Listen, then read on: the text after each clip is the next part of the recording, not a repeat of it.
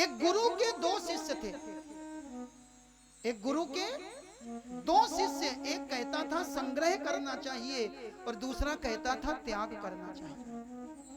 दोनों अपनी अपनी बात पर अडिग थे।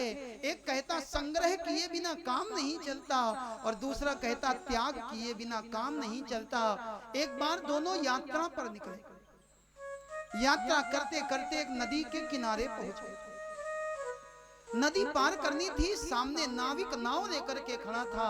इन्होंने नाविक को बुलाया, भैया हमको नाव से पार कर दोगे? नाविक ने कहा, महाराज यही तो हमारा धंधा है, आप बैठो मैं आपको पार कर दूंगा, लेकिन 5-5 रुपए लूंगा। दोनों शिष्य नाव पर बैठे, नाव चली, नदी को पार किया, दोनों नाव से उतरे, पैसे दिए और दोनों आगे चले। फिर उसी बात को लेकर के चर्चा प्रारंभ हो गई। एक कहने लगा, देखो अगर हमने धन का संग्रह ना किया होता तो आज इस नदी को पार कैसे कर पाते। जो संग्रह का पक्ष रखने वाला ये कहता, अगर हमने संग्रह ना किया होता तो हम नदी पार कर ना पाते।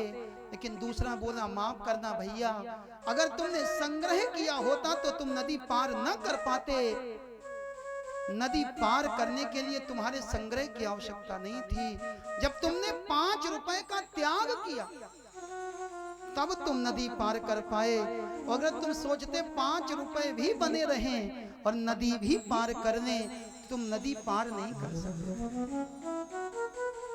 ऐसे ही हम सोचे हम यहां सब पकड़े भी रहें और ये भव सागर पार करने पार नहीं कर पाओगे, छोड़ना पड़ेगा। भरत जी महाराज ने सब छोड़ा, जंगल में पहुंच गए, फकीरी जीवन प्रारंभ हो गया। और फकीरों की अपनी मस्ती अलग होती है। चारों दिशा जगीरी में, मन लागो मेरो यार फकीरी में। एक बाबा जी एक सेठ जी के यहां मांगने पहुंच गए। सेठ जी बोले, अगर बाबा जी हम तुमको ना दे तो? बाबा जी बोले, सेठ जी देना पड़ेगा। क्यों? बोले, जैसे एक पिता अपना धन बहुत जगह जमा कर दे, पिता का धन जमा है और पुत्र जब चाहे जिससे चाहे मांग के ला सकता। बाबा कहते, देखो सेठ जी, हम हैं भगवान के पुत्र और भगवान ने ही आपको सब कुछ दे रखा है और हम भगवान के बेटे हैं, इसलिए जब चाहे तुमसे मांग सकते। फकीरी का जीवन बड़ा आनंदमय। फकीरों की अपनी अलग ही मस्ती होती है। और फकीरों की मस्ती का कहना क्या, घन उमड़ घुमड़ क्या कहते हैं, ये बात मयूरों से पूछो, मस्ती में तो क्या रखा है, ये बात फकीरों से पूछो। एक बार एक बाबा जी वृंदावन की यात्रा के लिए चले और एक बाबा जी वृंदावन की यात्रा के लिए चले। उसी समय एक सेठ जी के मन में भी इच्छा हुई कि हम वृंदावन जाएंगे। सेठ जी और बाबा जी दोनों वृंदावन के लिए चल दिए।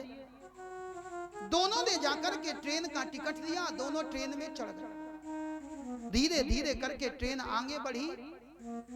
सेठ जी ने बाबा जी को देखा, पूछ लिया, बाबा जी कहां जाओगे? बाबा जी बोले, भैया वृंदावन जाएंगे। सेठ जी बोले, हम भी वृंदावन जाएंगे। बाबा कितने दिन के लिए जाओगे? बाबा बोले, हम वृंदावन जा रहे हैं अपनी इच्छा से, जब तक ठाकुर जी की कृपा होगी तब तक वृंदावन में रहेंगे और जब राधा रानी की कृपा नहीं होगी तो वापस आ जाएंगे। बाबा ने पूछ लिया, सेठ जी आप कितने दिन के लिए जा रहे हैं?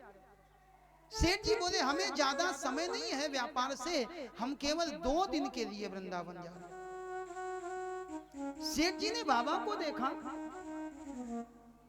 सेठ ने कहा, बाबा जी एक बात बताओ, हम 2 दिन के लिए वृंदावन जा रहे हैं और हमारे साथ में इतना सामान, एक इतना बड़ा बिस्तर बंद। पहले के समय में लोग जब यात्रा करते थे तो बिस्तर बंद साथ लेकर के जाते थे। ये सेठ जी बोले, बाबा जी हम 2 दिन के लिए जा रहे हैं, हमारी इतनी व्यवस्था, इतना बड़ा बिस्तर बंद, और आप कहते हो जाने के बाद पता नहीं कब आओगे, आपका सामान कहाँ है?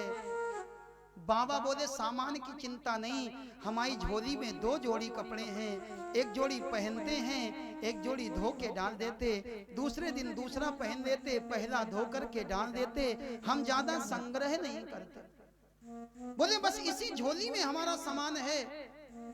सेठ जी बोले ठीक है बाबा, कपड़े तो आप 2 जोड़ी से काम चला लोगे, लेकिन एक बात बताओ, आपका बिस्तर बंद कहाँ? आप वृंदावन में कहां रहोगे, कहां लेटोगे, काहे की तकिया लगाओगे, क्या ओढ़ोगे? बाबा ने पूछ लिया, सेठ जी आप अपना बिस्तर बंद ले जा रहे हो, हमारे पास भी हमारा बिस्तर बंद है। सेठ जी ने फिर पूछा कहां है, दिखाई नहीं पड़ता। बाबा ने पूछ लिया, सेठ जी संसार का सबसे सुंदर बिछौना कौन? अगर कोई ये पूछे संसार का सबसे सुंदर गद्दा कौन, कोई कुछ बताएगा, कोई कुछ बताएगा, लेकिन बाबा कहते सेठ जी संसार का सबसे सुंदर गद्दा है माँ की गोद। माँ की गोद में जो आनंद है वो आनंद संसार के किसी गद्दे में नहीं।